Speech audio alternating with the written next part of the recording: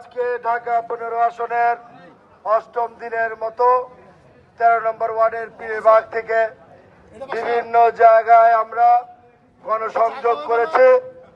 এই গণসংযোগে এলাকার প্রতিটি পাড়া মহল্লার বাসা বাড়ি ছাদ এবং দোকানপাট থেকে আমাদেরকে অভিবাদন জানিয়েছে, ধানের শীষের পক্ষে আমাদেরকে সমর্থন জানিয়েছে। প্রিয় সহকর্মীবৃন্দ, আমরা এই গণসংযোগ আগামী 10 তারিখ সকাল 7টা পর্যন্ত আমরা চালিয়ে যাব ইনশাআল্লাহ।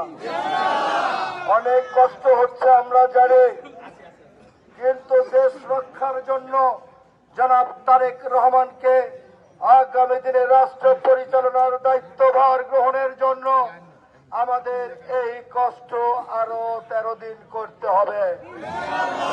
আজকে আপনাদের যে গণসংযোগ করলেন, আপনাদের কেমন মনে হয়েছে? আমাদের সাথে কে আছে?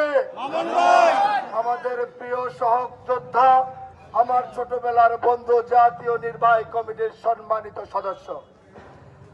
অনেকে অনেক কথা বলছিল, আজকের পর থেকে তাদের ঘুম মোটামুটি হারাম হয়ে যাবে মনে করি। আমরা মনে করি ঢাকা 15 আসনের অতীতের ন্যায় আরো অধিক শক্তি সঞ্চয় করে আমরা সকল ষড়যন্ত্রের বিরুদ্ধে মোকাবেলা করতে পারবো।